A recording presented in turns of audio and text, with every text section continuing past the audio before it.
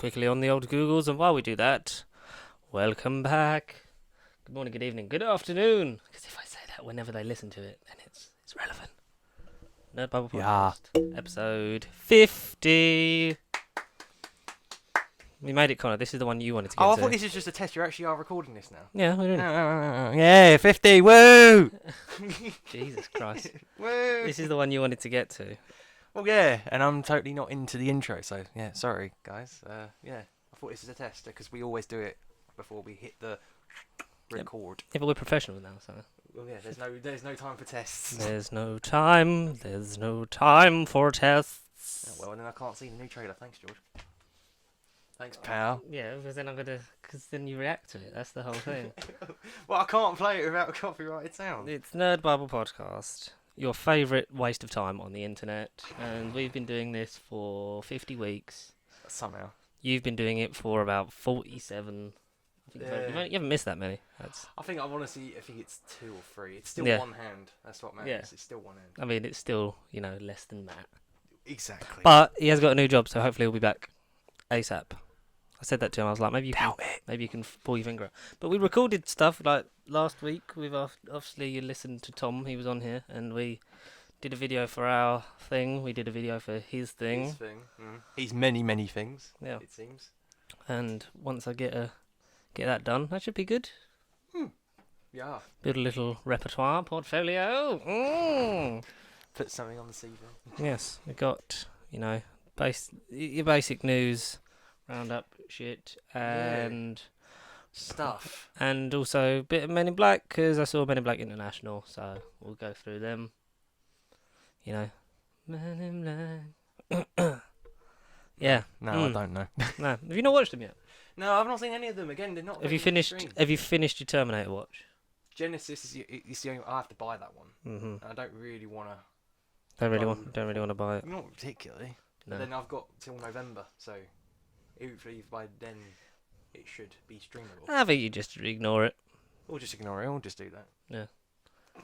Just ignore it. Okay, so before we get into the main news, if there is any, I wanted to show. This is the thing. I was so excited because this came out today. Right. Okay. Blow my mind, George. Blow my mind. Speaking to your mic, you bastard. Well, they heard. My voice is loud enough. Go on, tell me to shut up in the comment section. I dare you. We've got time we're recording this early because 10, 11, no, 12. no, I meant early in the week because normally we record it on a Wednesday or Thursday. But I've got real life job to go back to after a couple of weeks off. So Believe it or not, folks, he does. yeah, I know. Mister, I work 2 jobs and I don't really moan about it. What the hell? What do you mean I don't moan about it? No, you don't. You just get on with it. So I was do get on with bigging it. you up. Oh no, I thought you were just being sarcastic. Going, I didn't say like that. Did I? But yeah, so the episode only came out 2 days ago, but we've got like 30 views on that. That's quick. Six 6 likes, 2 dislikes. We've gone up in subscribers, haven't we, as well? Yep, 66. Yeah. Every little one helps. Every little helps, but we can't, Tesco. Copyright. Okay, now the thing is I've got to find it. Cause we're going to resurrect our annual thing that we do. Because... Go on. Connor. Yeah. They have announced... hang on. They've announced which season. Doctor Who The Collection. Which season? Season... Come on. 20... 20? 3. Oh, okay. No, okay. Alright, season 23. Okay. Alright. Ooh! Oh, the colour. Change, my dear. And it seems not a moment too soon. Bloody hell. Yep. What good photo. Yep, Don't See the Collection Season 23 is not the next seen that. release on the Blu-ray treatment. As with the previous box sets, features a host of new special features. Lee Binding and Jonathan Pickard have worked their magic on the artwork too. Oh, okay. That literally, What is because the release date? You just said so basically, the thing came out like that they were going to release something today, and then about 4 or 5 hours ago, it came out with the artwork. But because a lot of the fake ones have been bashing around. Yes. Like Yes. previous Sylvester seasons, it's been like, oh, is it real? But then no, it's because obviously previously Colin had said, I've recorded stuff for season 23. Yeah. Probably didn't say it like that, but No. No. I'm gonna open this because I Oh. think this is the trailer, but I'm gonna turn it down Just to be safe. because I assume it'll have the release date on it. It'd be Oh, nice. it's Colin in the video. Hey, lovely old Colin. Oh, it's literally him in a courtroom. That's cool. Okay. Trial of a Time Lord recreate. Yeah, and then he's watching it on an iPad. He's got a very. Oh, and then him and Nicola Bryant get locked in a cell. Oh. Yep, that's cool. Okay, Doctor Who The Collection, Oh. season 23. Does it have a release date on it? Survey says. It just says available to pre-order now. So should we do our Right. thing? Tradition. Yes. 3, 2, 1. I think there's only one we haven't done it with, and that was season 18, wasn't it? Probably. Yeah. Because we'd literally were scared that it was going. So, but Alright. 4 out of 5 ain't bad. So while we do, are you excited for season 23? While we I mean, yeah. When Stumble around you Amazon. said 20 though, I was like, oh god, I thought you were gonna say 24. Honestly, I'd love season 20. Silver Nemesis. Wait, Silver Nemesis that season? No, it's season 25. Yeah. September 23rd. So that 2 months after 10. yeah, so that'll be pushed back to October. Yay. And then then so Christmas. wait, so does that means we've had 18? What this year? So it'd be 18, 10. and then this one. Surely would get a fourth, because I thought that was the Would aim that would they be pushing it. they Would said they had the budget for like 3 or 4 of them Yeah. a year. But then what season would it be?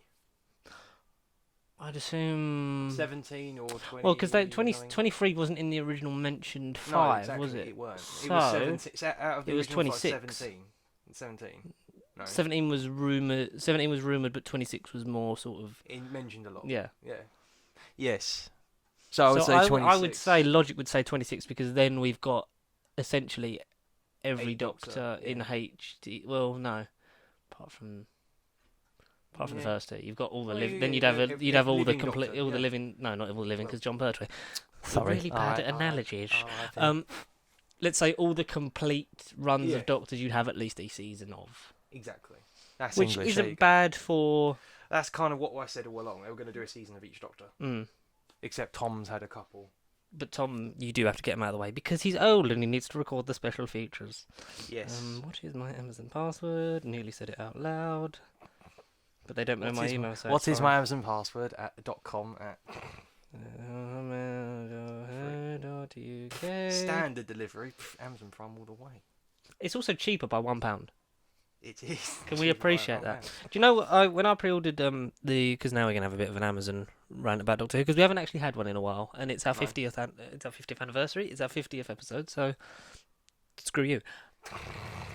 I actually got the season 4 steelbook cheaper because it went down in price since it pre-ordered, so I saved like £5 on it. Oh, nice. Oh, every little bit helps. Yeah, every little. helps. The thing is, you don't even work for Tesco, so why do you keep saying? Oh, well, it's just the most logical phrase. When It's did you true. When did you last have the pro? You won't mind if I don't join you. Oh, I've accidentally shipped it to my nan's, but whatever. I mean, you can change it, can't you? Change this order. Yes, I can change this order. What's in my box? Save for later. We've got some important Colin to find. I'm happy because so we'll have. If you round out the first sort of anniversary of this thing, of this experiment sort of thing. The experiment. Well, because they never really thought they're just going to keep doing it and hopefully complete them all. Well, but yeah. they don't know if they'll get there because of orders and sales and stuff. But Logistics. 4 box sets and a 5th one on the way in the first year because Good Tom job. was Tom July. Tom was sort of What, July. last year? Yeah. No, that Was it was June? April. That was like April, May. That was early. Because It there was got a delayed. huge gap between. I thought it got delayed to. Was it June? No, it came Must- out early. must- I know I didn't. Obviously, I got mine way later, but it came out early last year. Hmm. It came out bare early. I would say April because it literally was around for a month, and then it went. Season 12. Yes.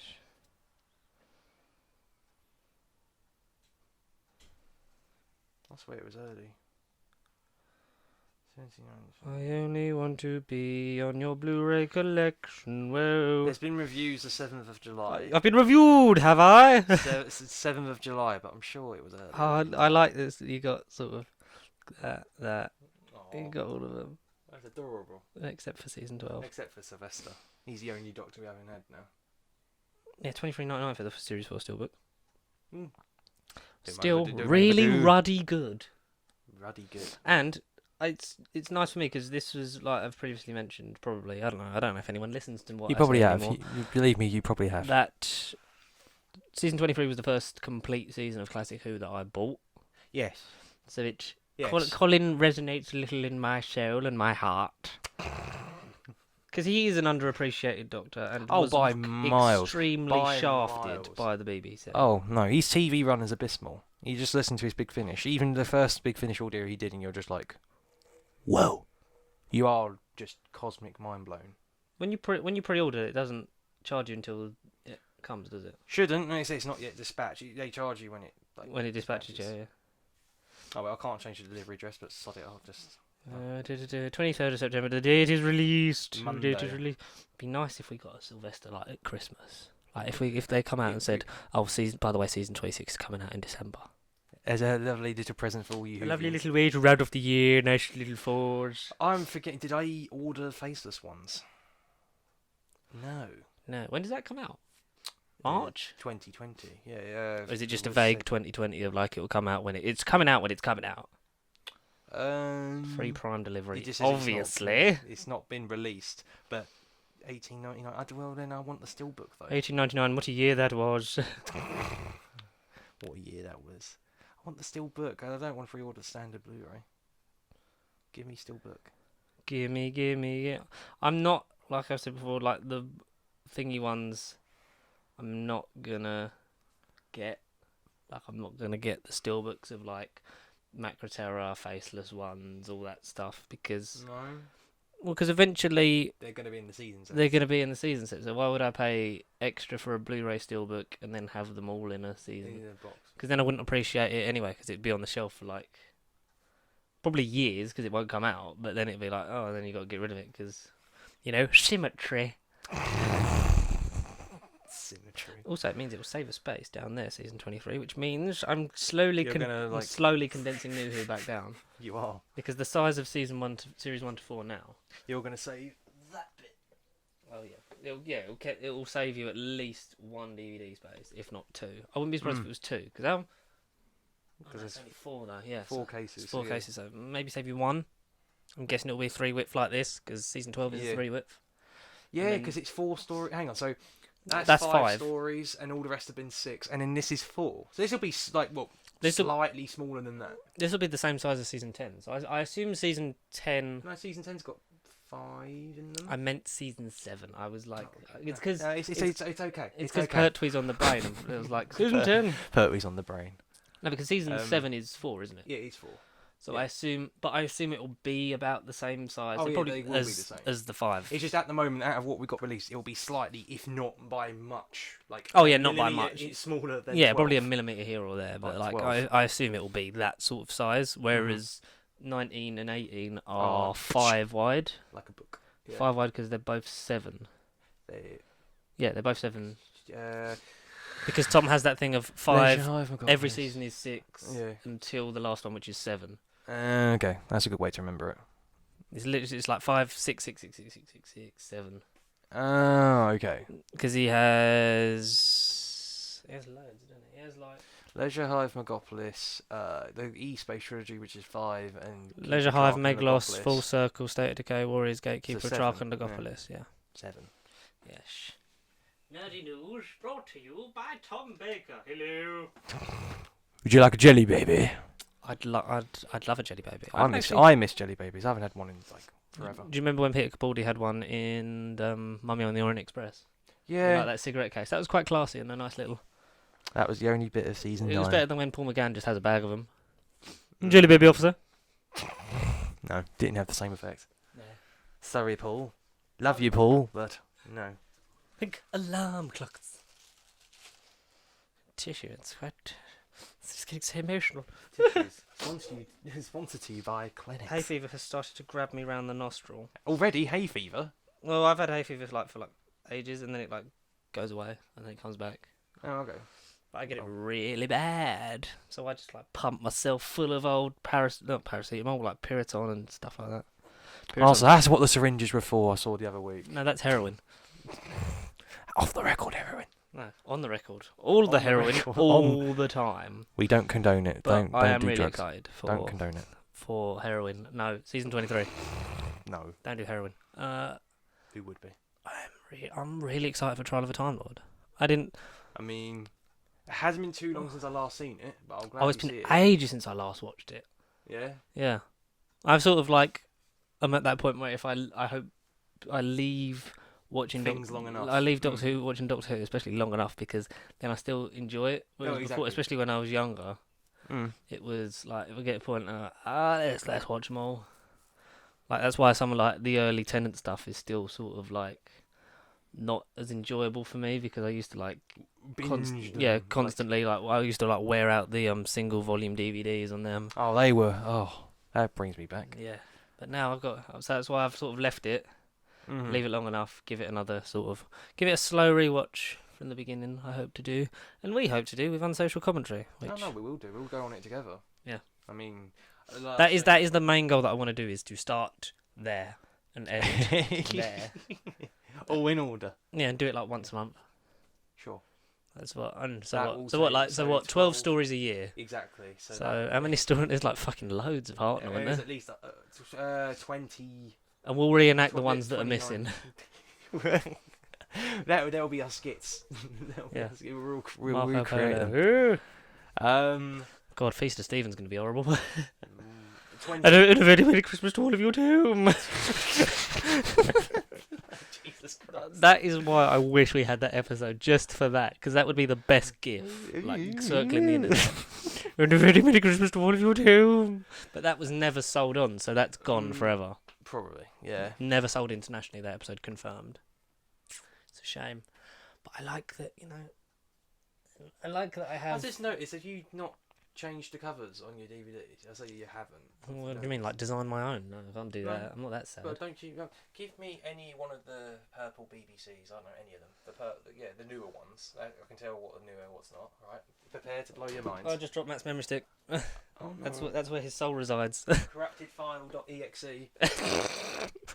Right, prepare to be mind blown. That's actually a pretty good joke. Prepare to be mind blown. There's no way that there's another cover in here. There's no way. 3. This is a magic trick. Are you 3, ready? 2. Oh, wait, I've just realised this visual joke doesn't work in an audio format. It But doesn't. I'll just act surprised. Go. Holy fuck! Is that actually a thing? Yeah, because if you look at the spines, you can actually match up the spines. Did you never, ever, ever, ever know that? Connor. Have you watched Doctor Who YouTube DVD collections and sort of gone, hang on, why are they all like... Did you not know? I will be honest with you. It has annoyed me that some of the BBC logos do not match up on the things. See, But I I thought that'd be one of the first things you would mention, and I'd be like, Oh, George... I hate it. I literally hate this. Up, down, up, down, up, down, up, down. But there you go. That's all. But no, every DVD has got a reversible cover. that is that you've actually blown my mind, because. But I thought it was just one of them things. It's I'm just gonna have to live with that. That's just gonna have to be. You call yourself a Whovian fan? Jesus. But I didn't realise the BBC were that organised. Yeah. Why didn't they just print it? If they printed it both ways, why not just print it that way? Because I think when they changed the fucking BBC designs, Worldwide logo. I think because 2 Entertain weren't really part of the process. This is all brought out by the BBC. Yeah. So that's why they've shoved their stickers on it. And then, but really, to match up with the collection, they've just left it. I'm actually gobsmacked. Yeah. But you could do that to each one of your DVDs that you think, oh, why is that? I have a question for you. Yeah, go Do on. you own Do I own? Power of the Daleks? Yeah. Does it have? I have the steelbook. But yes, the DVD, it has the generic... You've seen the Power of the Daleks. I've seen the Power of the Dalek spine where it has the weird Power of the Daleks. Yeah, no, right? but you can change that. Can you actually? Yes. And I'm not just... Can I just say, you've actually changed my life, and as soon as we finish recording the podcast, I'm flipping all of those DVD covers. Oh, there's fucking loads of them! Yeah, but have you never thought to look at it and gone, oh, can I change the covers, or been like, oh, I wish there was a way to get rid of it? Because I found out on YouTube that, people change their covers. And I was like, what do you mean? I didn't know. The only reversible one I know of recently was Macroterror. Because everyone's like, oh, it doesn't fit in with the thing. It was like, no, like you can reverse it. I was like, oh, cool. Okay, cool. So when I eventually get just the standard one of that, I'll just flip it. That you can do it to every single thing on that shelf. You can do it to every single one. Oh, there's so many. I'm gonna have to put these back. Jesus, you've actually made me very happy. George, that's what I'm here for. Oh, but now I've just realised how many because I've got 1, 2, 3, 4, 5. And the thing is, you've got to buy a lot more. So. 8, 9, 10, 11, 12, 13, 21, 22, 23, 24, 25, 26, 27, 29. At least 40. 30, 31. And you 35. got them down there. 36, 37, 38, 39, 41, 42. You've got all the McCoys to change. 44. Covers to reverse. Mother Hubbard. Yes, mate. But there you go.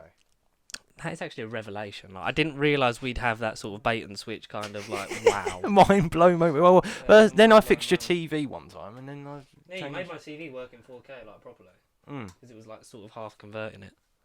Yeah, And then you were like, move aside, peasant. I can fix this poor technology. I didn't want to technology." say anything, but I looked at your TV and thought, hang on, am I watching 1960s black and white? I thought, hang on. Oh, it's not that bad. It wasn't that bad. It wasn't that bad, Connor. Just because you've got weird robot eyes that like see imperfections in things, and well, mate, I saw imperfections in DVD covers. I So actually it's not just TV. That's mad that you knew that. No, I just watch YouTube. I won't lie to you. I don't watch. I don't search Doctor Who reversible DVD sleeves. No, neither did I.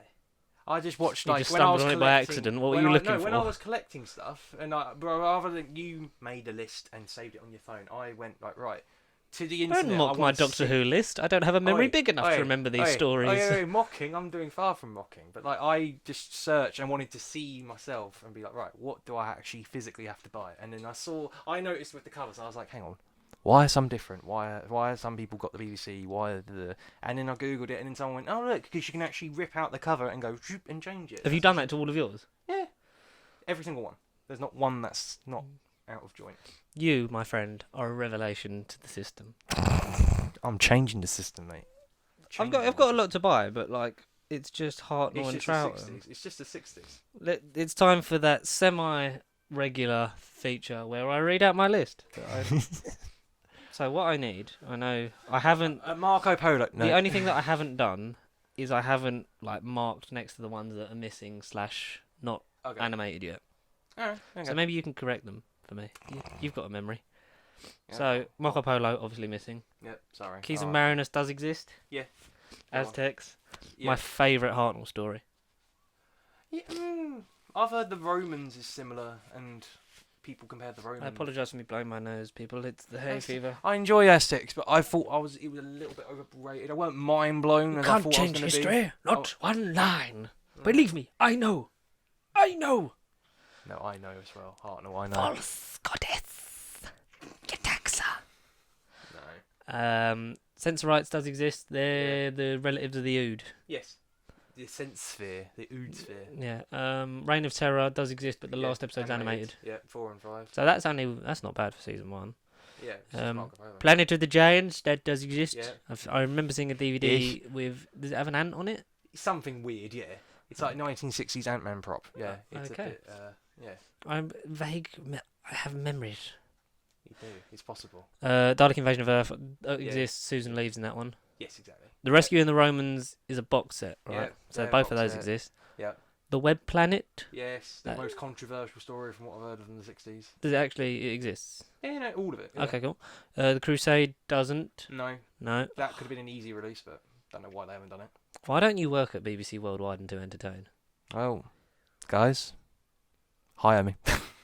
I mean, they obviously listen to this. Clearly.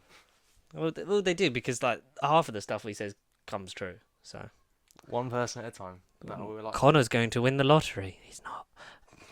Space Museum and the Chase. Yeah, that's box set. That's a box set. The Time Meddler does exist because that's the monk. Yeah. That is. I haven't seen that, but I know I am a big fan of because I know that people have like said about it, not how good it is because it's all because It's the first time not Time Lord gets mentioned, but he's basically another Time Lord. A Time Lord without being mentioned, and Yeah.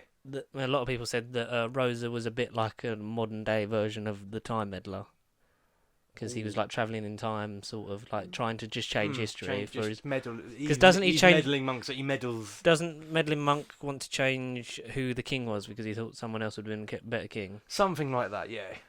Yeah. And Stephen's in it, and he doesn't believe that they travel through time because he sees a watch. Because it's Stephen's first story in that one, yeah. What do you expect? Expect something for a cow? Is it that one? I think. Oh, mate, Hartnell's got some... I don't even know. Hartnell has some great lines. Like, he really does. So that's season 2. So what are we missing from that? Space Crusade? Just Crusade. The Crusade. I don't know why I said Space Crusade. Space Crusade sounds cool. Space Crusade. I'm going to make one called the Space Crusade. Galaxy 4, they found one episode of that. Yeah, and that's in the Aztec Special Edition, so you can watch that. They got reconstruction of the lost episodes. Mission to the Unknown is that one episode that sort of builds up Dalek recently. Master Plan. Yeah, that got remade. Yeah, because that uni student did it, didn't they? Mythmakers, does that exist? No. No? At all? I don't think so, no. Only a few clips. Dalek Master Plan, I really want that one. The Holy Grail. Find, like, if I could travel back in time and save one Doctor Who serial, it would be that. It would be that one, yeah. That one, obviously.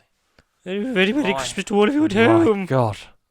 Massacre of St. Bartholomew's Eve doesn't exist. Yeah, it's them, that and the Mythmakers are basically they're non-existent ones. Okay. The Ark does. Yeah. And there's that nice little bit in Time of the Doctor when the puppet show is the story of the Ark. You know, when he's at Christmas. Yeah. Oh, I forgot about that. It is. That's how you do referencing. He's mind blown without drawing attention to it. Mind blown me, jeez. And the fact that it's just in the background and you're just like, if you know it, then it's just there and you can notice it. Mm-hmm. But for anyone else, it's like he's just putting on a silly puppet show. Man, the Matt Smith era is great. Celestial Toymaker does exist. No, episode 4 does. It's on Isn't the Celestial Toymaker played by Michael Gough? It is, yeah. Alfred from Schumacher trilogy. Series. Yeah, not trilogy, there's 4 of them. Hang on, Google that. I'll Google that. I think it's Michael somebody. We need to employ a fact checker so we don't have to do this. We should have someone who sits in the corner with a laptop and just Matt. Let's get Matt back. No, he started his new job today. Well, probably. He had a test day yesterday. Yeah. Good luck, Matt. Michael Gough. Yeah, Michael Gough. Oh, man, I'm so good. I mean, I didn't know that you could reverse DVD sleeves, but I remember him. The only one I own from season 3, The Gunfighters. I love that. I haven't seen And at the last chance saloon. That song does get a bit annoying, though. I haven't listened to it on Spotify either. The Savages. No. I think one of them's Lost in Time, but... Lost in Time. And then... The War Machines. Yeah, that does. That does. Yes. Any good? Not seen it. Okay. But it sounds good, though. It's AI. It's basically a robot computer that takes over 1960s London. London 1964. 6. No, 6. Exactly 6. Yeah. The Smugglers doesn't exist. I think one episode...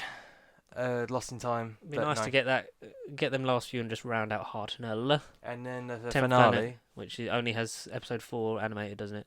No, it's episode 4 is animated, yeah. Because it has 1, 2, and 3, and then the 4th one is like, we've got to reconstruct or you it. can watch Teddy Snap, but yeah, episode 4 is the only one that's lost. I think what I will do when I get round to actually consuming all of this show is the missing ones I will telesnap if there's a recreation. Or an animated format. What you will buy. I think I'd telesnap them. Watch the telesnaps. Mm-hmm. So you get an idea. You get an idea of the visual thing. So then your mind can sort of fill in the dots. Exactly. Yeah. That are missing from the anime, because Macroter is meant to be the best one because it doesn't. Because the problems with the early ones, I believe, were it's trying to animate around audio. From stuff you're not you cannot recreate. Can't visually recreate it perfectly. No. So you're never going to have it that sort of way. But whereas Macroterra sort of bends it a bit to sort of fit more smoothly, which I'm fine with doing. I know everyone got a bit, up themselves about the scene that was cut from Macroterra about him going to the spa or whatever. But does it add anything to the story? No. The only thing it did is explain why Polly's hair is short, whereas in the animated version, you start the story and her hair's already got a haircut. So that's streamlined. It probably saves you a little bit of time. It does. Allows you to go to other places. That's old Billy Home. I have 3. No Troughton. 4. I have 3 Trouton. And then for 3 Trouton, 4 Hartnells. Oh, okay. So, Power of the Daleks, all animated. Obviously. Yeah. Highlanders, not done yet. Get it done! Underwater Men has been done? No. Yeah, but it's the crappy reconstruction. It's the last sort of DVD they did. Uh-huh. It's meant to be really crap. Okay. But you'll buy it for collection's sake. Buy it, and then if they re-release it, and get that. Exactly. I assume. Moonbase does exist. Animated. Macroterror, recently very much animated. Very much animated. Faceless Ones coming 2020. Which is amazing. I'm so excited for that one. Now that I know what actually the story's about, I suppose. Yeah. Ooh. Ooh, right. Yeah. Evil of the Daleks, Has not to done. be done. Yeah, but after. Because that they're is- doing it in order, that Evil has to be next. I believe, is season 4 now the closest to being complete for Paddy? Mm-hmm. So you got Yeah. like 3 to do. 2. You've got Highlanders and Evil. I'm actually saying that season 6 because you've got Space Pirates. Yeah. But that's jumping ahead. But, yeah. But Yes. would you want Underwater Menace to be redone? If they actually bothered to animate. Because that one was meant to be animated and then they basically, for budgeting reasons, the BBC went, no, just reconstruct it. Oh, yeah, telesnap it. They basically were going to animate it and then it got cancelled. And they just went. Maybe "Sod that will it, come bring it up out." later on because they'll have Hopefully. to. They'll have to Hopefully. just sort exactly. Hopefully. It'd be nice. of. Tomb of the Cybermen. Obviously I own that. special edition, yeah. Abominable Snowman. No. But that one I want because when I watch Web of Fear, Yeti Part 2, well, I want to see Yeti Part 1. But that's not out. Ice Warriors does exist. Animated, yeah. Yep. 2 and 3 animated, but yeah, you can watch it. Nice cover on that though. Ice It Warriors. Yeah, very, very nice. Enemy of the World. I really want to see that because Amazing. of the dual role of Amazing. Paddy. He's so good in that. So good in that. Web of Fear. Yeah. That's to say, I won't watch that until I watch Abominable Snowmen, hopefully. Fury from the Deep. Really want that to come back. Victoria's last one, yeah. Bring that out. Because that's the thing. A lot of them ones, it's like you go from one story and then to the next, and you've got a different lineup of companions, but you don't know how they left or like. No, that's the thing. When you watch the Troughton Library now, you'll get, like, you say you can't get Victoria's introduction, but you can't get Victoria's departure. You're just going to watch a story and be like, oh, Who's who's she? this? Yeah. And then you're not going to get her ending, and then you're going to see another little midget called Zoe, and you'll be like, she's changed. Who's that? When did Victoria come into it? Evil the Daleks. And then Fury from the Deep was the last one. Yeah. Hopefully they redo them because It Victoria would be nice. very good. Yeah. Wheel in Space. See, that's... I don't know if I'd mentioned it or not, but there's a subscription service in the Americas, overseas, called BritBox. And apparently it's been on there for like the last That's what's coming over here. We're getting BritBox. We are getting BritBox. Well, ITV and BBC are making their own thing. Then that's the working name of it, is BritBox. But on the Macroterra, I think it's on the whatever version you buy, but on the Steelbook, they did a 10-minute animated tease of Wheel in Space. They actually did like a 10-minute snippet of one of the episodes. So I was thinking, they're going to bring out Wheel in Space, but so far... Maybe they'll do that they've just said it's nothing. after the Faceless ones?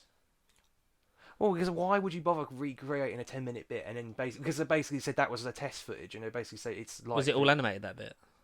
Yeah. It literally was a 10-minute short. How did it look? I thought it looked great. It was basically Macroterra. It was the same sort of stuff as Macroterra. Are the same people making Macroterror making the Faceless ones? I'd like to think they are, but I can... Because maybe, if not, maybe people who made Macroterror are making Wheel in Space. Wheel in Space next, but whoever's doing Faceless ones. But I'd do Macroterror, have them do all of them. The guys who did that.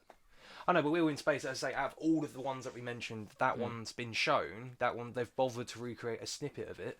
And then if they basically say... Because I read an article afterwards basically saying that it was just a test, and it's... Depends Maybe on... not been greenlit yet. Exactly. It's one And of them. maybe they're not going to... Obviously going to do a story at a time. You probably won't have a lot of overlap. Maybe as like one's finishing, they'll be starting up Exactly. the next one. They'll basically do one at a time. They can't multitask and multi-budget. You've got to assume that they make these sort of tests for all the missing ones, just to be this is how it would look. Like, should we go ahead and do that one? And then I think what it was, they showed the BFI. Is it the British Film Institute? That's why they created. That's what that snippet was for. Well, just to show it there. To show it for them, but then as a bonus, they gave it to us as well. I like when people do that. It's nice. Oh, it is. But bring it out because I thought it looked great. It looked great. It's the only Cyberman story that it hasn't been brought out. So for completion's sake, just for Cybermen alone and Zoe's introductory story, bring it out. You got to assume that at some point or another we'll have all of these. Oh well, I'd love it. Yeah. The Dominated. Yeah, exists. Yeah, well, now I've got it up there. I don't know why I'm reading out the ones I've got. The Mind Robber. That's amazing. That exists. That is such a good story. Mm. The Invasion, Cybermen story. That's a slow one, but it's a really good one to get going. The Crotons. Yep, it's meant to be better than Dominators, but the Dominators and Crotons, I'm amazed them two are kept instead of, let's say, the likes of Evil, Will in Space, Abominable Snowmen. I don't know why they decided back in the 60s. I don't know why they looked at them two and they thought, you know what, we'll keep these two mediocre ones And we'll delete the get ones with the rid most of... popular villains. Yeah, don't know why, but hey ho. Would you have traded some of the ones that were found to swap them for like a complete Power of the Daleks, a complete Evil of the Daleks, and complete Daleks Master Plan? Well, another story I just want to see is Celestial Toymaker. Because episode 4 is great, but because you can't see none of the build up, you just basically watch episode 4 and you're just It's great for what it is, but you just like, oh, you really want to see more, but you can't. Mm-hmm. For that sake, I want Toymaker done, because that's another unique story. Space Pirates obviously missing. That's the only. Well, you got what did you say, Crotons? So you got Seeds of Death before that. Yeah, I have that. Ice Warrior 2.0. That's amazing. Mm-hmm. And then Space Pirates is the only one missing from that season. And then War Games, I have not got, but I know is a bloody long. Imagine if It's that had been lost. experienced. Oh no. I don't think they'd have bothered doing it. No, don't blame them. They'd have just been like, no, next. Each next. episode's different. That's the thing. It feels like there's 3 stories one in that. It's such a great concept for like late 60s as well. Mm. Like to have the different aspects of like the war and literally the war games. Yeah, it's all different wars. It's all different wars sort of meshed into one. And then the only other thing I need to buy is Resolution, but I ain't fucking buying that anytime Screw soon. that. Or season 11. I've already got it. Oh, you already got season 11. It just annoys me Okay. that I keep wanting to call it Time of the Doctor. Twice Upon a Time is not in the pissing season 10 box. Yeah, I don't understand that. They've not done anything about that. They're probably not going to. Actually see if like the holder can take it, because it's one of those where you just stack the discs in that one. So I might just see if it can take another disc, put it in that, and Get rid of be the like, disc. yeah. Now it has Twice Upon a Time in it. Fuck it. There'll And be a also way around it. Resolution, because it is. Hopefully, maybe Resolution can be on like season, because it feels very different to season 11. Yeah. So hopefully it can be on the season 12. Shoved into season 12. Yeah. I guess. But we won't know until months down the line. Because they managed to get 2 Christmas specials in season 9. Yeah. So why can't we, have 2 Christmas specials in season 10? Well, I don't care anything what Doctor Who does as long as they bring the Sontarans back. I want my little potato heads back. I guarantee now, like I want the potato heads. like your wish will come true, and the Sontarans will be in it, but you won't find out until like broadcast day. Yeah. And it'll be the happiest day of your life, Connor, because you'll be like, after years of campaigning on Pasty Sheep, they finally listened and they brought the Sontarans back. They kind of have brought every other monster that should have been brought back, and it's just Sontarans. All right, you've got them. Sontarans that haven't had a decent story. You've had them in SJA, haven't you? You've had them in SJA. Have you finished that? Well, no, I haven't watched Tortured or SJA. I think now that you're sort of I'm on dead, a free bit. a dead end with Terminator. Exactly. I'm a free man at the moment. I am this week. I would Just watch. Have you watched this season 1? Have you watched season 1 of both?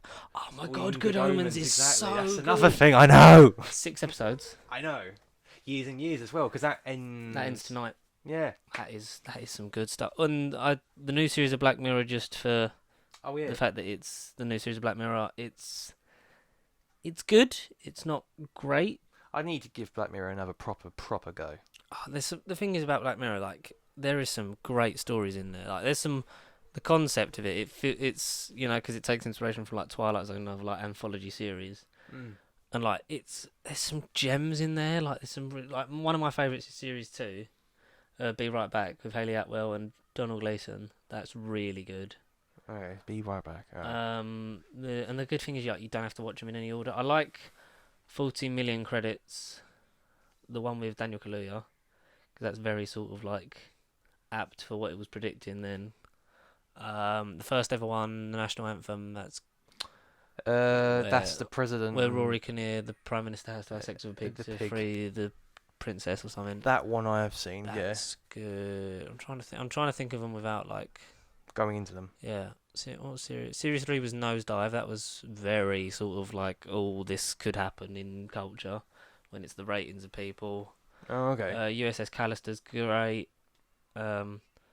I prefer though in that season, because I believe that's season 4 as well, is Hang the DJ, Hang the DJ. What? They have got some good names for these episodes. which is basically like dating in cyberspace, where you get Oh. a Tinder. you get set, yeah, basically you get Yeah, set it's up like with this Tinder. person, but you like stay in this cabin with them, Oh. and you get a amount of time together. Oh. Like you can reveal the amount of time that you spend together. So you get like, it can range from like a night to like years that you spend with them. Okay. All right. And this guy checks it. Like you have to check it together. Like you have to both do it to reveal it. But he like tries to check it on his own. But then it changes. So it goes from like spending years with her, like, and he really gets on with her, to like hardly anything. Oh, right. And then it's about him trying to find her again and stuff like that. Oh. And it's all very sort of, I like it. And it's got Raunchy love stuff. it's got the guy from Peaky Blinders in it. Oh, okay. The young lad. That's another one I need to get into. Forgot his Brooklyn. name. The only thing I've sort of watched lately is Brooklyn Nine-Nine. Yes, how are you enjoying that? Episode 10 I'm on at the moment. Each Season episode's 1? bloody. Yeah, each Oh, episode's bloody. I love that show. I'm on the current season of it at the moment as it comes out, so I'm sort of like waiting week by week to see it. It's on season 6, isn't it now? Season 6, yes, great. I love sort of how that show starts, but then like I think about 5-6 episodes into season 1, it sort of like hits its stride, and it knows like all the character beats It hit, does a all little the bit, yeah. all the jokes sort of land a lot better because Yeah. you get that sort of time with them. The Halloween, episode 6 Halloween, that's like the last one I remember watching that really got me, was Halloween. That was a funny one. Oh, where it's trying to steal the thingy. And then It's I the can't think Halloween of their heist, names. yeah. Yeah, and then what's her name isn't into Halloween, and then the other, like, I can't think of Amy? their names. Amy, yeah, it's not into Halloween, and then you got the other like older man who sort of fancies her, or fancies the other the mute girl.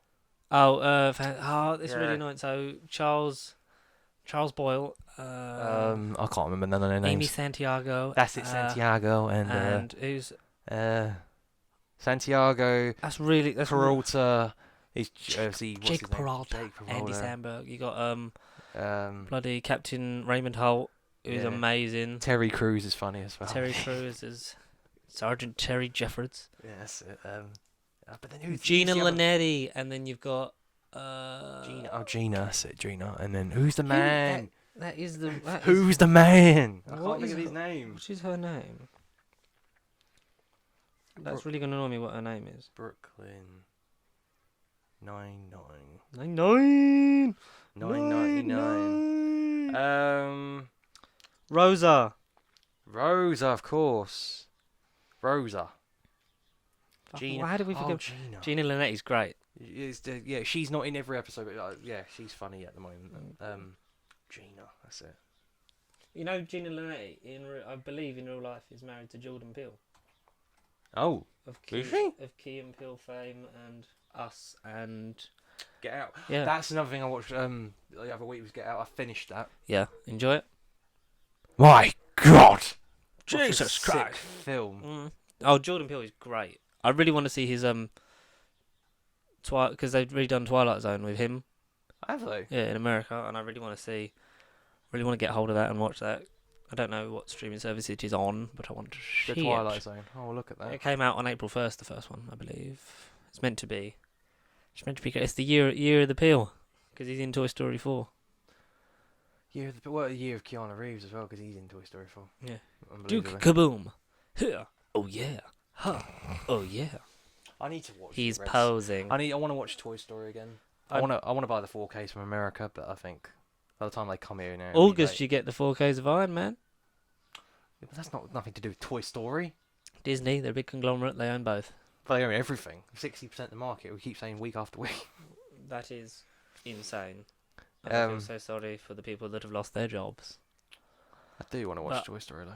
Yeah. Anyway, back to I think you've watched a series of both Tortured and Sarah Jane, because we did Yeah, a lot from basically that. two seasons. No, actually no. So 2 seasons of Sarah Jane, and then I've got season 2 of Torchwood to watch. That should be the next logical thing I should watch. Season 2 of Torchwood. I would just like binge them all as a group. I don't think you switch between them unless you're switching between that and Doctor Who. Oh. But That would be the one because I'm missing a bit of Torchwood, so I want to watch Torchwood. I've left that I the longest. think you should do Torchwood. Yeah, I've watched that. It's been the longest. But then also Sarah Jane Series 3 is when David Tennant's in it. I know. The Series 4 is when Matt Smith's in it. I know. And then it ends in Series 5 and Matt Smith was going to be in it again. It's the thing that really annoys me. Oh, God, I miss Elizabeth Sladen so much. God damn. Such a good show. That era of, like, that era was perfect that there was 3 shows running, like, simultaneously and it all sort of... Had a continuity. Yeah, it all loosely tied together and you're still, like, the big payoff, the end game of that is Journey's End. Yeah. Back in 2008, just before the MCU started. So the proper way to watch it is Doctor Who Series 2, Series 1 of Torchwood, Series 1 of Sarah Jane. Yeah. Because then... Because they mentioned about Cardiff. But then when as soon as you finish Torchwood, you should watch Utopia. Yes, because it ends with him goes... Yeah. Then you don't... And then Series 2... Then after Series 2 is Journey's End, and Sarah Jane is after Series 2 Journey's End, yeah. Because then Series 3 mentions, like... Because when he sees Luke again, like, he obviously remembers him and stuff like that. Okay. And all right. It's like, oh, you didn't remember. Because Rani's in Journey's End as well, isn't she? No. It's Maria. No, it's not Maria. It's just Luke, Sarah Jane, and Mr. Smith. Oh no, because Clive Clive and Rani mentioned not being there. It's like because you'd met him before, and then obviously then when they meet him as Matt Smith, they remember obviously meeting David Tennant, good old Dave, Big Dave, who is fantastic in Good Omens. Oh no, I would watch. Watch Torchwood. Yeah, Series 2 is like perfecting that formula of the Series 1 stuff. Series 3 is the most extraordinary piece of television I have seen in the last 10 years. That's Children on Earth, isn't it? Yeah. The best bit of television in the last 10 years. Okay, alright. Miracle Day sort of has aspects of that, but because it was changed from 5 episodes to 10, it loses a lot of momentum, and it's a bit of a ending. And plus, because we haven't had any more since. No. That's the more disappointing thing. And then watch Good Omens. 6 episodes of that, but try and space it out because that's what I'm doing. I'm on episode 4 now. Oh my god, Michael Sheen and David Tennant are just like bang, bang, bang, bang. Wow. I just after watching the trailer, I literally want to go home now and be like, ooh. Be back from me, foul demon. After you. Because it's made me want to because Neil Gaiman is a fantastic author, and him and Terry Pratchett Terry wanted this before he died. He was like, I want Good Omens to be made, and Neil has learnt from the good and the bad aspects of his screenwriting.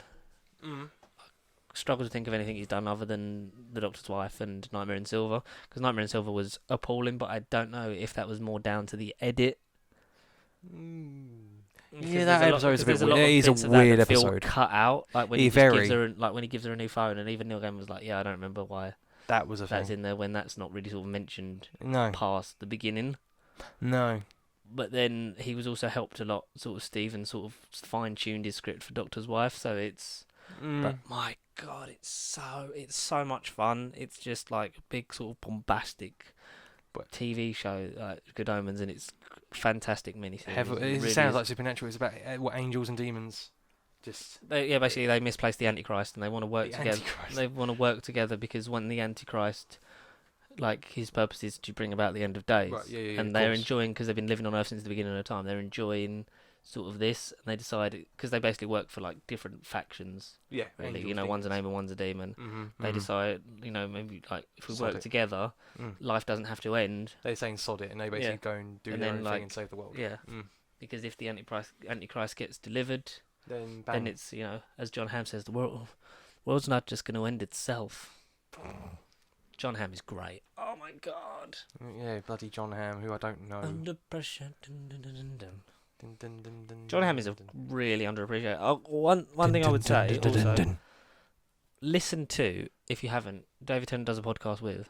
Oh yes, yeah, okay, yeah, that's another thing I need to. Because I have finally caught up on that because the season parentheses has ended. Bracket season, yeah. Which is good. It ended with a sort of clip show where it's like all the bits that they'd cut out from a lot of the people. You get a great lineup. and I can't wait to see where he goes with like the second. I really hope he does one with Matt Smith. Oh, that'd be funny. Because he did one. He starts off with Olivia Colman, and that's great because Olivia Colman like swears like really early on, and then you can just tell how comfortable they are because of how long they've been friends since Broadchurch. Right. And she talks a bit about like the Queen, like going on to play the Queen because then she's doing the Crown and stuff. That's right. Yeah, of course. Does one with Jodie. Oh, That's yeah. great, because then they obviously chat a lot about Doctor Who. One that I was surprised that I actually liked because I don't really like him as a person was James Corden. Oh, yeah. Because obviously, like he studied off to it, but it gives him it actually makes him a bit more endearing. I don't mind James Corden. I don't mind his work, I don't like him as a person because he is a world-renowned arsehole. Oh, right. Well, I didn't know. Because there's a lot, because did you see when that AMA on Reddit, when he put up a thing with the Late Late Show, and then people just like started roasting him, like, I've heard you, and he didn't answer any of the questions, and he was like, I heard you're a massive arsehole, like, is this true? Because like people had bad experiences when they'd seen him film League of Their Own and stuff like that, and really? they'd seen him like ignore his wife supposedly while she was, like, they were both on a plane, and like she was trying to like get his daughter to sleep, stuff like that. Oh, right. Jamie. Because he had the James. like he did Gavin and Stacey, and then went to America, and then thought like, oh, Mr. Big Shot. But his podcast with David Tennant actually made me think. Yeah. It doesn't redeem him, but it makes me think there is a part of him that maybe feels that sort of was a bit of a whirlwind, which it would be for anyone to then be hosting one of the biggest shows in America. So. Whoopi Goldberg. Well, I miss Smithy. I'm looking forward to we're getting Gavin and Stacey. Gavin and Stacey. And I think enough time, but then either enough time has passed for it to come back, or too much time has passed for it to come back. I don't ever want it to come back and feel like ruin it.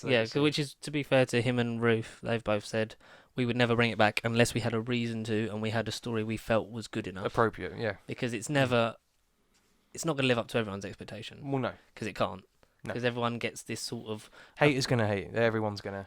They get a sort of ownership, don't they? They feel like they're entitled to sort of say, well, I want this, and I want this to be in it, and I want this, and this to happen. It's like, it doesn't... Just let it...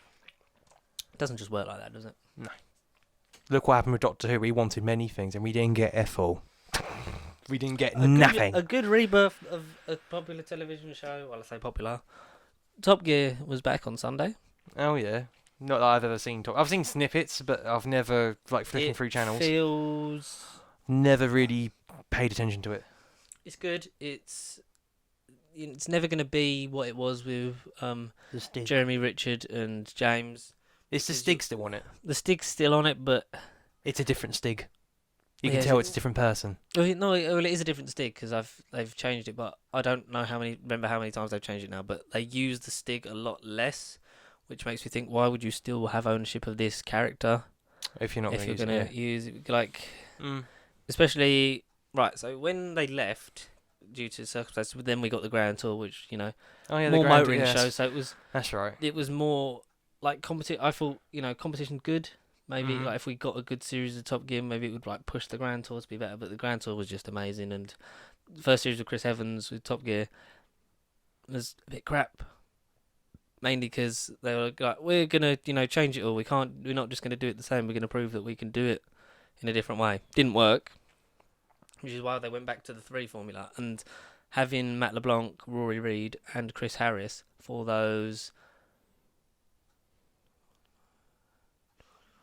3 series that they did, just as them 3, like it felt a lot better because they were sort of like going back to that, and there was a chemistry, and like you get like them sort of pissing about on that, and I really like that, and that's sort of I think something you miss now because now it's Freddie Flintoff, Paddy McGuinness, and Chris Harris is staying on.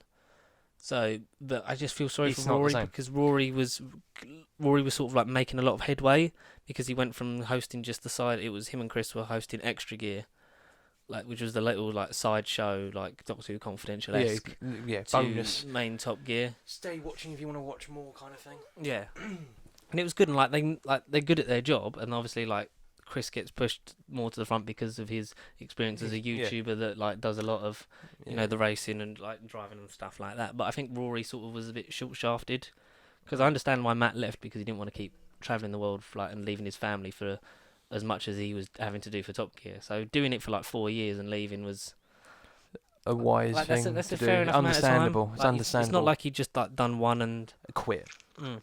No, he did his bit, and then he realised But then three did work together, and I think the potential is there for. They're obviously going for names that are recognisable and British, names that like onto like Paddy McGuinness, like been a presenter for a long time, been about a bit, and yeah, Paddy very McGuinness sort of rings a bell. very relatable and a funny bloke, and they're getting that in Freddie as well, but it's like they switch from we're gonna make it, sell it to America by having Matt LeBlanc in it, and it's like no, we're gonna make sure everyone in England's watching it again, which they sort of need to do because they've lost a lot of viewership Over here, yeah.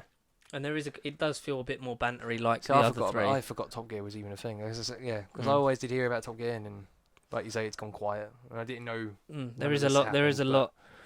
It sounds like there's been a lot of baggage. Yeah, there's a lot to be desired. There's a lot left. It leaves a lot to be desired, but it's on the right track. I just don't think you're gonna get another rebirth out of this. I feel like It would just be a one-off, and I feel like with these, if and when this setup does leave, I don't think there's enough in this show anymore to bring people back if keep it it changes again.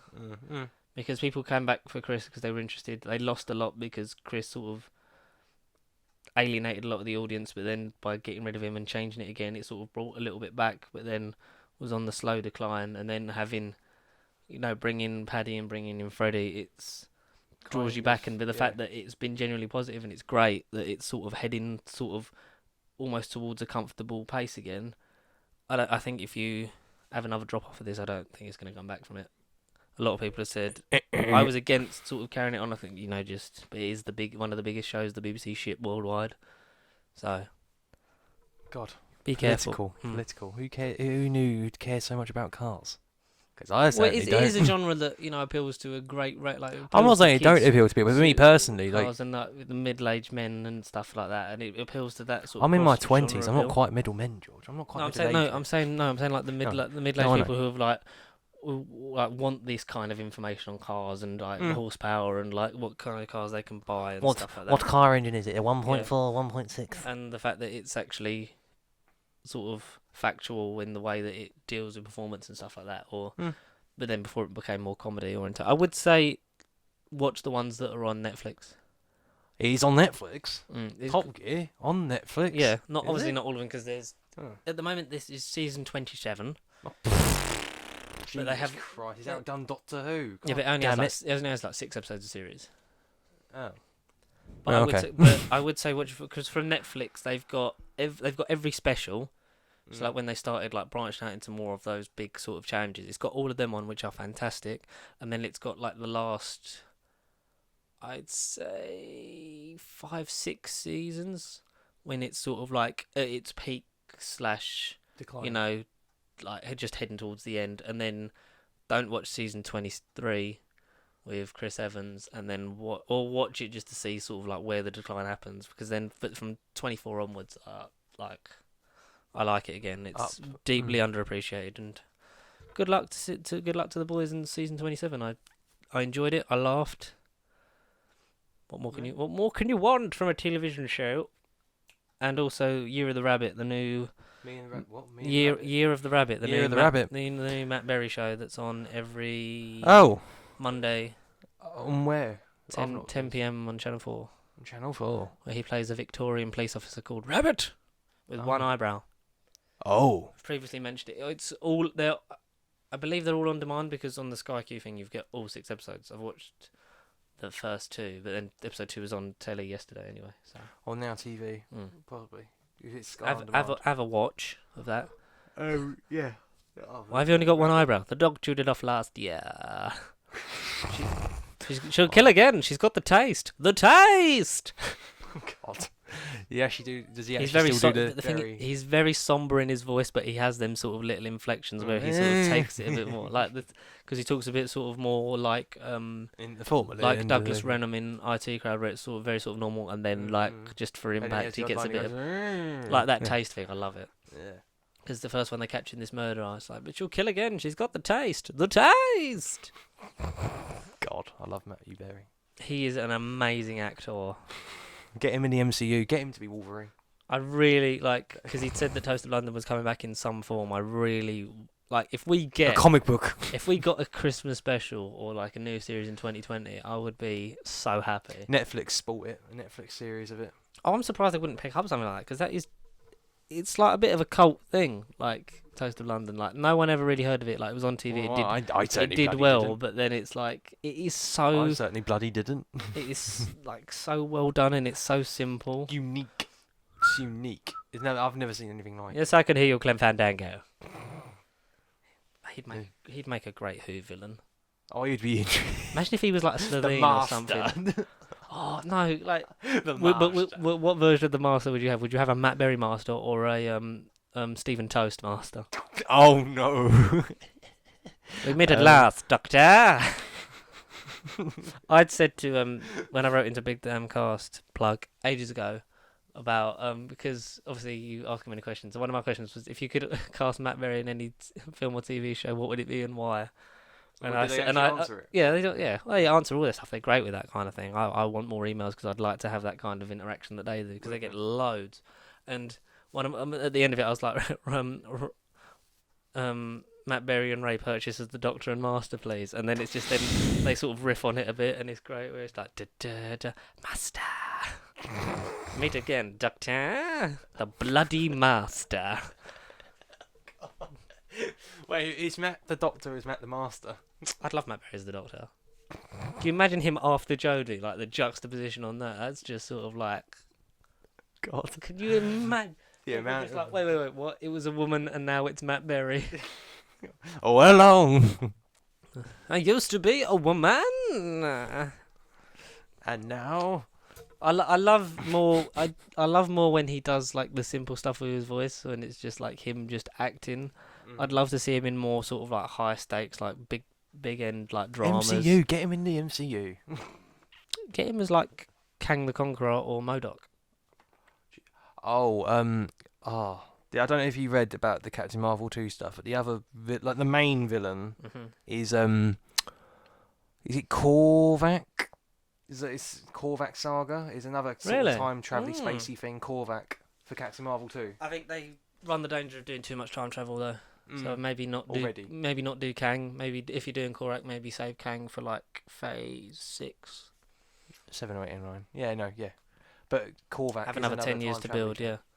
Maybe because the events of the time stone and that maybe would inspire him to sort of be like, I'm going to mess with time because these people have done it and I've seen it and no one believes me and I'm going to rule the universe because I'm angry and green. Green. Oh, imagine him as MODOK. Oh, God. Imagine him. Oh my god. Oh. Big floating Matt Berry in a chair. But don't CGI it. Just have him in the chair. Just have him in him as a person. He's a big giant head. Like CGI his head, but actually have him sit in the chair so we know it's Matt Berry. Don't just CGI the whole thing. Just, scale up his face. Oh, yeah. Or No. you have him. As who? I'm going to try and think of a Marvel villain now. That you have him Matthew as. Berry as Victor Von Doom. He would make a great, like, in the sense of the opera, like, in, like, the theatricality. Yeah, of with his Von voice Doom, as well. He would be a very over-the-top Doctor Doom. But Where is it that Doctor Doom's from? It's, Doctor Doom, Where's he from? yeah, Doctor Doom. Fantastic Four. No, Latvia. No, is it Latvia? Yeah, Latveria. Yeah, No, Latveria. Latveria. The King of Latveria!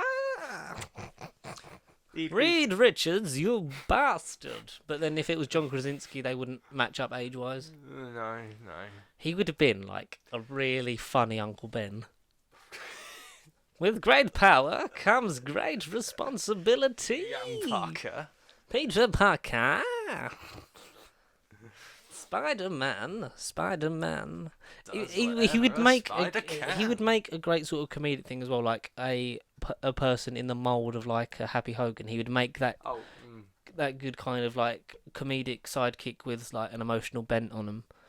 He'd work sort of well in that regard. But I'd love to see him in more high stakes thing, like a big drama, like a Ironheart. But I think that Robert Downey is going to become either going to become the AI in Peter's suit, or he's going to have left a recorded message. That's why Peter has that shot in the trailer when he's properly crying. Oh my god. Yeah. Or him when he's looking at the car going, oh my god. Yeah. Also, the new TV spot. Look, I mentioned then when we started recording, and then you didn't watch it. He makes the new suit, the black, the red and black Spider-Man suit, because he basically has a bit when he's in the jet with Happy. He goes, "I need a new suit," and then okay. and then he makes it in a very Iron Man 1-esque montagey little bit, where he has the hologram around his thing, like Zendaya does a hair flame red for the Spider-Man tour. Mary Jane. She's getting more for the Mary Jane role. Yeah, but her name's not Mary Jane, it's Michelle.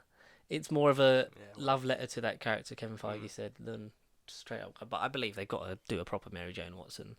Well, yeah, they have Either to. give her the Or proper just- storylines, Or or do Gwen Stacy again, but because Gwen I think- Stacy is the first love interest. I would have done, in the comics. a proper Liz Allen. You sort of get a bit of that in Homecoming. Yeah, that'd be different. But it was nice to sort of make her, Aside yeah, friendly character. yeah, because then she became like a link to Vulture. Adrian Toomes. So, Oh. like Gwen Stacy, and do the night Gwen Stacy died, but do it right. Oh yeah. Maybe MJ will like play a significant part in like setting him up like for his future, and then he'll have the Gwen Stacy relationship, and then actually meet his Mary Jane, maybe, or maybe with the multiverse, she is this version of MJ. Yeah. Yeah. That's the only thing. I But don't we know. don't bloody know. No, but We'll you find know, out on July the 2nd. But Exactly. yeah, it's very sort of like... Will 'cause we see that at midnight? yeah, we'll go for it. We're going to Midnight? try. Yeah, we're going to Yeah. try. What Wait. day is it? Just out of curiosity. Because if it Tuesday. is 2nd of July, well, because if I'd have to just book that day off of Argos and be like, yeah. Yeah. Shh, don't say where you work. I'll be right. I'll bleep it out. Yeah, so he has the hologram, like, new pieces, and then he, like, you see the suit getting made, and then he wears, like, the black and red one, and it's like, ooh, that's very telling of where the future's going for this character. Also, Oh, you okay. finally see the shot of him swinging through the city with MJ, holding MJ, the one that was caught, like, on, like, Oh, behind the yes, scenes yeah, pictures. You yeah. get that at the end of that spot. Oh. So maybe check that out later. Oh, I have to. No, actually. But now, while we wipe your memories, because we've been going Yeah. on a bloody while, we'll just... I'll say, what has this one been actually been about? We just literally mentioned Matt Berry fan fiction. We've mentioned. Who the fuck's ringing me? Oh, and we've got dodgy phone numbers on Yep. there. Nope, we're going to ignore that. Probably really important. Well, if they want me, they can voicemail me. Exactly, it's how I see it. Otherwise, it's. I like these Do ones you- where we just have a chat. Have you lost your car insurance? That's probably. If I lost it, yeah, I can't find it. Mm. But it's nice because we've sort of, after having that big X-Men thing, we're The X-Menathon. because it's slow news weeks, but we're sort of It like, is. we're sort of getting to talk about the stuff we don't really normally get to. I'm just winding it.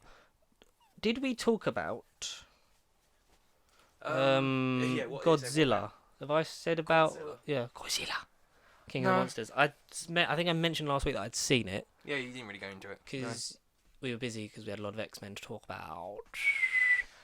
So yes, I've not seen Godzilla. Godzilla, King of the Monsters. I will not spoil it because if you've seen the trailer, you get what this movie's about. It's Godzilla, King of the Monsters. He fights the monsters. He's the Titans, the big animals of this world that previously inhabited the planet. Had been reawakened in Godzilla, and now more of them are starting to emerge. And Godzilla has to fight to become King of the Monsters. Oh right. Oh. There's Oh. a brief mention from Ken Watanabe that there's 17 at the moment on record, 17. including King Kong. Bloody hell. And there's a lot of references to Kong. There's even a shot of Kong from the back on a news footage of like all these titans. Because I'll give you the basic plot because I don't really want to go. It's a lot of. I will say about this movie, it's a lot of fun. It's a big stupid monster fighting blockbuster. So B-movie thing. oh yeah, you get what you expect out of this movie. It's a lot of fun. I enjoyed it. Yeah.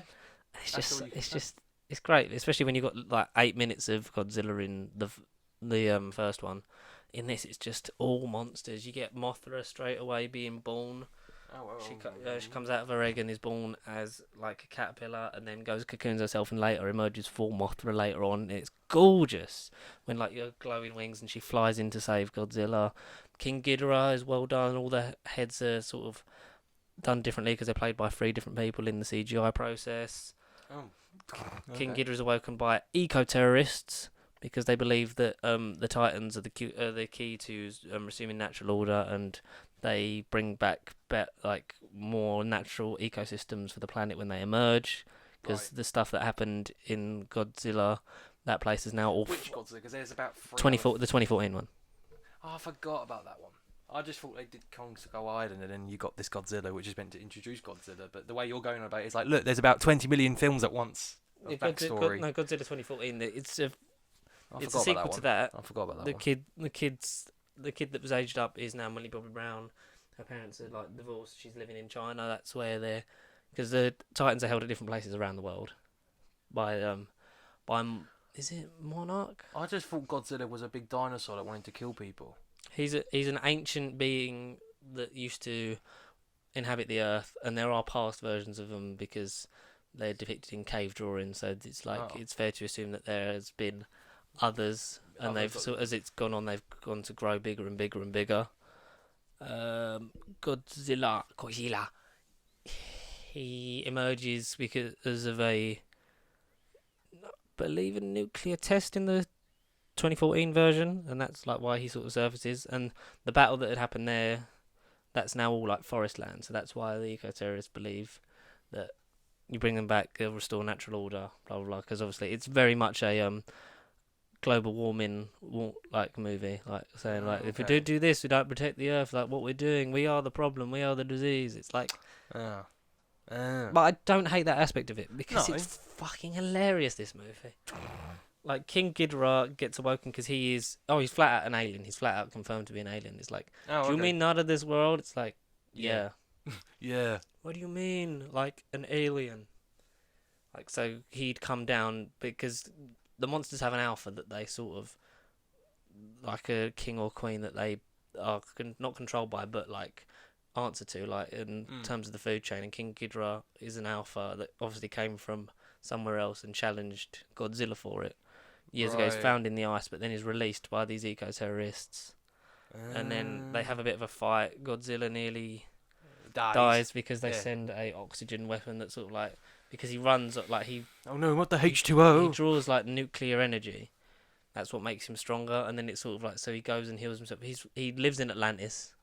That's flat out. Godzilla. Yeah, that flat out. Atlantis. That flat out just happens. Oh right. And when it got to that point, I was like, yes, at this Sure. where else would he live? Sure.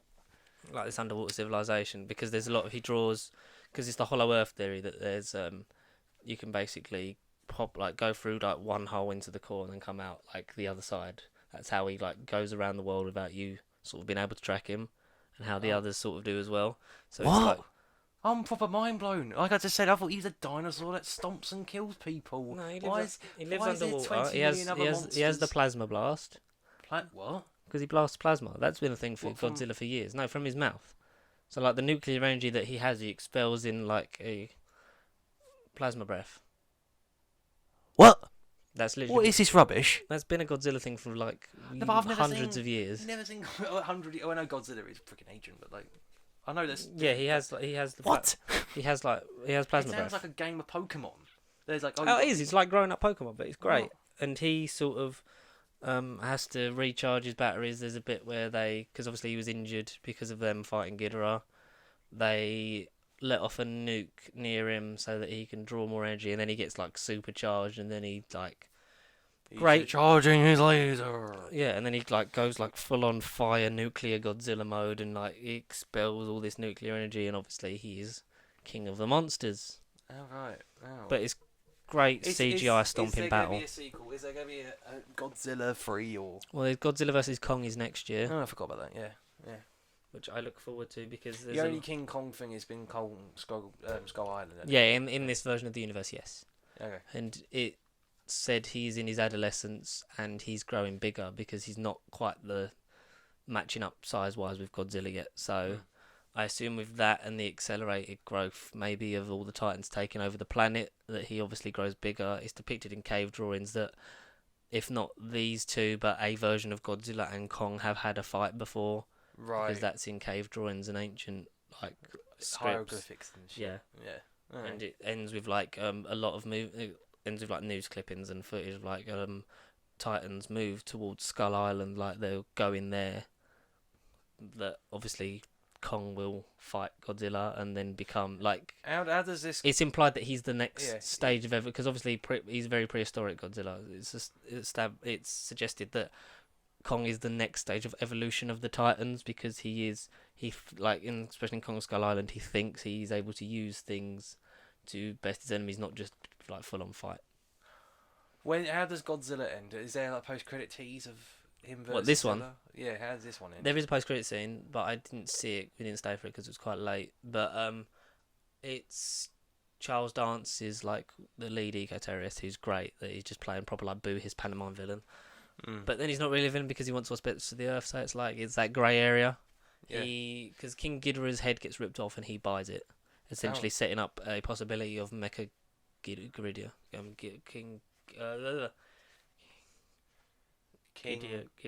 Ghidorah. Yes, King Ghidorah. Yeah, because it's King Ghidorah at 3, and there's a Mecha Ghidorah, like there is Mecha Godzilla. Mate, this is Dragon Ball now. Oh, This no, is because freaking Dragon Ball rubbish. Because there What is is this? well, because there is a version that's like previously like Mecha Godzilla is when one of the Godzillas died, had a kid, like then the kid's grown up to be Godzilla, Right. but they've resurrected and like with cybernetics made Mecha Godzilla. But so it's like, are they going to try and regenerate Ghidorah, or are they going to Mecha Ghidorah? So like a robotic version, which I wouldn't be surprised if they did, because this is just a big fun stupid sequel. And it's big monsters. That kind of sums it up from the sounds of it. It's stupid, but like I would love if they did the crossover with Pacific Rim that they were trying to do. yes, yeah. Because then that could sort of be like the next stage of evolution would be getting to like the Jaegers fighting the what are they called? I don't know. I haven't seen Pacific Rim in so long, but I remember watching Kaiju. it. There you go. Kaiju. Yeah, the kaiju are the monsters in that. So maybe that would be the next way of showing the evolution. Because I think Kong will definitely win. It's depending on the size when he actually gets up there. Because although he can be injured, he is ambidextrous. He is more thinky, and obviously it's implied that they continue to evolve as a species, the Titans, and he will become. And then that's how you get over the fact that it was just Kong Skull Island. Then he's earned the title as King Kong because he's then the king of the monsters. Maybe that's how you do it. Oh, theories. But I look forward to Kong Skull Island. Not Kong Skull Island, Kong versus Godzilla. Godzilla Kong. I mean, by then, hopefully, you would have seen the other two. I would say that we should go and see Godzilla King of the Monsters in 4DX because that would be hilarious. Alright. Yeah, I'll do it with you then, because it won't be something I'll go, right, I need to see it. Say, this time next year, when the other one is out, Kong and versus it, then I'll be like, right, I need to watch them. But speaking of 4DX, I saw Men in Black. Child's Play's out the same day as Toy Story. Is. Completely forgot about that. But it's not in cinemas, though, at the moment, is it? It's not, you can't book it or anything. It's not coming up, is it? You can book it because it comes out next Friday.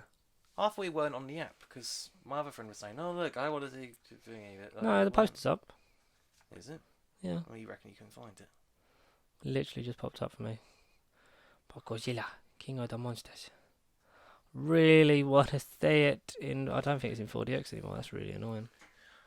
You could see The Matrix on the 13th of July in 4K. The 20th anniversary of it. Randomly. No. I don't know why. No, Avengers still in cinemas. Is it still in cinemas? It's only got like 30 million left. 30 million? Yeah, to beat old. Oh, Please beat Avatar, please. But I saw. Oh yeah, Jaws is doing it for the 30th anniversary. yeah, I saw Jaws just now. Groundhog Day, Double Bill Murray. That's a pretty cool name. Double Bill Murray. Yeah. Why is it Double Bill? Is it going to be I the film think- twice? Oh, that'd be wicked. I'd vote for that. When's Hobson Shaw out? 1st of August. August, bloody hell. I cannot wait for that. That's a spin-off that was good. So, Men in Black International is a spin-off slash sequel-ish. Slash reboot? I don't know. It's Slash reboot to the Men in Black. It's part of the Men in Black film series. Based on the comic of the same name. Yeah. This one starts off with a scene in 2016. It stars Chris Hemsworth, Tessa Thompson, Liam Thor and Neeson. Valkyrie retrospectively. Liam Neeson, Rafe Spall, Emma Thompson reprises her role from Men in Black 3, Okay. where she's the head of Men in Black, but then Liam Neeson is the head of the London branch, which is nice. I like it because the aspect that sort of got me was the world building and sort of establishing that there is more than one Men in Black base around the world. They are just international. I don't think I never saw, because Men in Black 3 was what, 2011. I might have saw that one. 2013. I might have saw that one, but I don't remember 2012. it. I It don't was remember that it. kind of. Men in Black. Yeah, sort of been on and off with that. 2 and 3 are stringable, but not the first one, which doesn't help.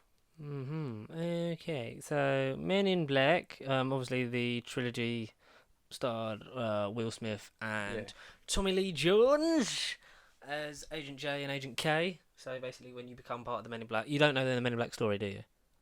No, they're just agents. So basically, no.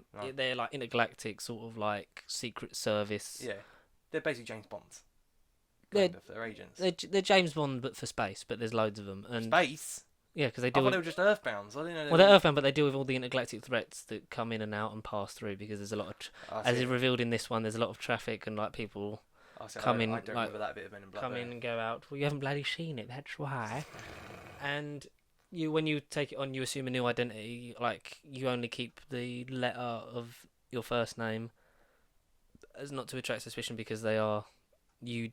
As far as anyone concerned, you stop existing. The building is secret. You have neuralizers which wipe the memories of people, so that's why you wear your shades, because then you neuralize them. It wipes their memory for that part if they see an alien.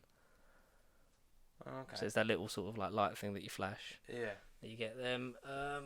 And the previous ones have been great. I really like the first one because that's, I believe, 96.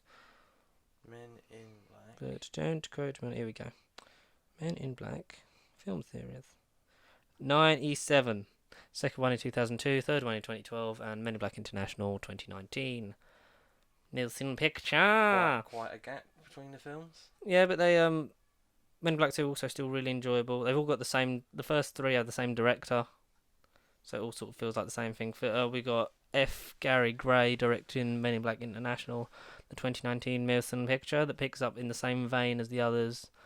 That it starts off in 2016 with Agent H, played by Chris Hemsworth, and T, or High T, Liam Neeson as the lead, and they're facing. There's an enemy called the Hive, which are basically like shapeshifters that can take on your form, and are like this hive mind that's sort of like taking over like star systems and that sort of thing. That's the basic like setup you get at the beginning.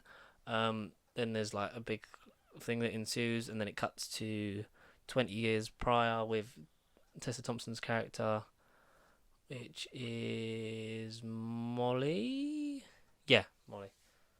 And her parents she sees her parents get neuralized, but it doesn't wipe her memory because there's an alien that sort of like breaks into their garden, and she like sees it and then helps it out because it's like this cute little thing. But the Men in Black, so like it'll grow up to be like a monster, and then obviously they wipe their memories.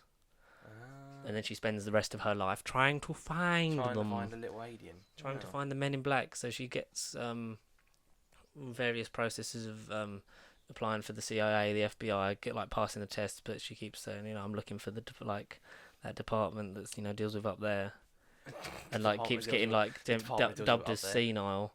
I'm looking for the department that deals with little green men. Basically, and then keeps getting told, yeah, you're crazy. Yeah. And she ends up working at this call center, but tracking this alien meteor that leads her to this undercover, like the Men in Black, capturing this alien. And she follows them, finds the building, sneaks in, but then is captured. Meets with Emma Thompson, like shows how hard she wants. Like, I really want to work hard. The dialogue doesn't really sort of flow in this. It's a bit sort of like, I'm not. Yeah, okay. It's more like the meh in Black. The meh in Black. Because the film shows a lot of promise, but there's just not enough. Like, it's different to which you expect, but it just doesn't sort of give you that sort of thrill and sort of elaborate world that Men in Black, the previous ones, have sort of showed you. Like you get into, I know you get into time travel with the third one, but it sort of like gives you all these like dingy places that are like undercover and that. You get like a lot of Hemsworth sort of being like this debonair drunk hero that's like, he's like the classic sort of like ladies man sort of thing, playing in this poker tournament with these aliens, gets poisoned like indie style, and so does this other guy that's the boss, and the wife gives Hemsworth the antidote just so she can sleep with him. He's like, I'll give you anything you want. Bloody hell. Bloody hell. But he also, there's a lot of, he's changed, like, since the attack on the Hive, like, he doesn't remember, like, he's not that person anymore, doesn't remember who he is, and High T's always covering for him, which Rafe Spall's character C, like, it's almost like he's set up to be the bad guy, like the thorn in his side, because they, like, argue a lot, and you get the sense that, it's building towards these twists and stuff, and then you realise that it's twist, but it's a twist, but it's obvious who it is when you look at how the film started and the sort of like the iffy part there and who's actually revealed to be bad. Oh, I see. Okay. And ends with it, and it's so basically there was ideas where you could have looked at it and gone, oh, it would have been nice if they did this and this, but then when, like you say, when you see the beginning of the film, they reveal who it is, you're kind of like, you feel a bit underwhelmed. Oh yeah, when they were like, oh, he's actually evil. It's like, oh. Yeah, it was just yeah. It's like, oh yeah, I saw that coming. Like it'd been made more sense if it had been like a more surprising thing and it had been Chris Hemsworth that was evil, because I thought that they might subvert expectation and make he's actually part of the alien race, because they basically allude to that. But I'm not going to say what it is, but when you watch that film, you'll get what I mean, like the fact that it's like. Yes. They're like, like something's changed. Maybe like Chris Hemsworth is blah blah blah, like part of the Hive because he's not been the same. And if they'd have gone with that and actually had that turn out, it'd been something. Been like, that'd be quite cool. Because he's like, no, I am the same. Like I could do this. So I am. But he realizes that he's obviously something's happened, because when he's asked about what happened in that night in Paris, he doesn't know. He keeps saying like the same sentence over and over again. It's like, this isn't right. The dynamic between Tessa Thompson and Chris Hemsworth is probably the sole redeeming thing about this film, because the story itself is okay. It's not scintillating. There's some really poor dialogue at points. It's really basic in the way that it's sort of like the beats of the story, but it's fine. It's not the worst thing I've ever. It's not Dark Phoenix. If you're going to compare it to in comparing it to the 3 films that I've seen this week, it's not terrible. It's just okay, but you expect more from a franchise that's not delivered like smash hit after smash hit, but it's like it's been an interesting concept, and it's being expanded upon in a way that you'd expect from something that it's this broad of a comic adaptation. But or with a name like international as well. Oh, it does feel international, but it has the unfortunate thing of feeling a bit too much like a James Bond film. Right. Because they're in Paris, then they're in London, then they're in Italy, then they're back in Paris. It's like a bit of that globe traveling aspect. But it's just there's some good ideas. There's just not a lot done with them, not a lot developed. That's like the only sort of. It sounds like it's just a tease. That film. It sounds like a tease, and they just good ideas, not. Yeah. But if you're bothered about it, go see it. If not, you're not really missing out. That's what I'd say about it. Probably like average like 5. A 5. But the interaction between Hemsworth and Tessa Thompson is the reason that Thor Ragnarok works. The reason that this sort of like feels a bit more fun between them two. You don't sort of get that fun dynamic because you very much have the funny man and the straight man in Tommy Lee and Will Smith. Yeah. But it's this has potential to branch out into more of a wider spin-off thingy, and there is obviously room for more, maybe crossover with the others, maybe a sequel to this. Have they said word on sequel? Have they said where they're going to try and bring the old 2 back? They said they would do a 4th one. They'd obviously always be up for doing a 4th one. Like if the story and the opportunity arose with Tommy Lee Jones and Will Smith, they'd obviously done this. Leaves possibility for maybe you get a couple of sequels out of this, or you go to another branch, maybe build up the branches and then they all cross over in some way. I know they wanted to have this with 22 Jump Street. Did they? Yeah. They wanted the next 21 Jump Street film to be Men in Black crossover, where they end up joining the Men in Black, because that was leaked in the Sony. Do you remember the Sony email leak like years ago about their films? And this was roughly, this was like on the like list because they even had like a thing that was like MIB 23. So instead of like it being 23, like it was 21 Jump Street and then 22 Jump Street that they were gonna do MLB 23, but then that never sort of materialised. But it's silly enough to work in any capacity. So Yeah. I think Okay. I mean, it's I okay. did not know that, but Men in Black, go see it. But see the original 3. yeah. Definitely see the first one. First one is fantastic. That is my password, laptop. Why are you being a dickhead? There we go. It had an animated series as well. Yeah, and had a pretty good ride at Universal. Oh. You like shooting the aliens and that. Oh. Oh well, we'll give Men in Black a shot then. You should. You should also give a shot. Being near your microphone. But I'll give it a shot. there we go. You get. The thing is, you're so comfortable now. You're Well, lounging back. You're away from your mic. You don't care. You're like, I'm done. Well, my legs cared because like my knees have been. I need to stretch them out. That's what happens when you're tall. All right. I'm not. It's not like I'm a dwarf, am I? I never even. When was that? But you aimed at looked me in being the a eye dwarf? when you said that's what it's like being Dwarf. tall. It's like what it's like being tall. Dwarf. But now I must go and flip all the DVD covers on my. Yeah, with pleasure. No, you do so. But Connor, happy 50th episode of Woo! Nerd Bible Podcast. And where can they find us? Well, if you don't know it by now, then guys, what you doing? Pasty Sheep at the socials, nerdbiblecontact@gmail.com, Yes, boy. not .co.uk. Please don't get that wrong. Send us emails because 2 weeks' time is our first birthday. It's our anniversary. And we want some questions from you You. to answer. You specifically. And we'll try and maybe get a guest on. Yeah? Maybe resurrect an old guest Well, that I hasn't thought you that were hasn't very been 6 seen feet- since the Horns I of thought you were Nymon. 6 feet under at this point. No, but hopefully we'll have a nice big anniversary episode in 2 weeks. But until then, we will see you next Sunday, and yeah, We'll go from there. we always go from there. And look out for any new content and Dark Nuke crossovers that may or may not appear in this time. But in the meantime, if you could just click over on the channel and give us a little cheeky little subscribe, that would be very much appreciated. He's an old pro now, isn't he, ladies and gentlemen? Subscription. 50 episodes in. He's Come an on. old, he's an old smoothie. Mate, 66 an old subscribers. smoothie? 66 subscribers. 2 weeks. Let's try and get to 70 subscribers for our first birthday. That would be freaking nice. Yeah. That'd And then be it gives very us something to aim for. nice. It does. It does. So, thank you very much, ladies and gentlemen. And, Connor, this is the point where you say something funny. I can't think of nothing. I really can't think of nothing. I can't. Help. I can't think of nothing. I actually can't think of nothing. I actually can't think of nothing. You won't mind if I don't join you?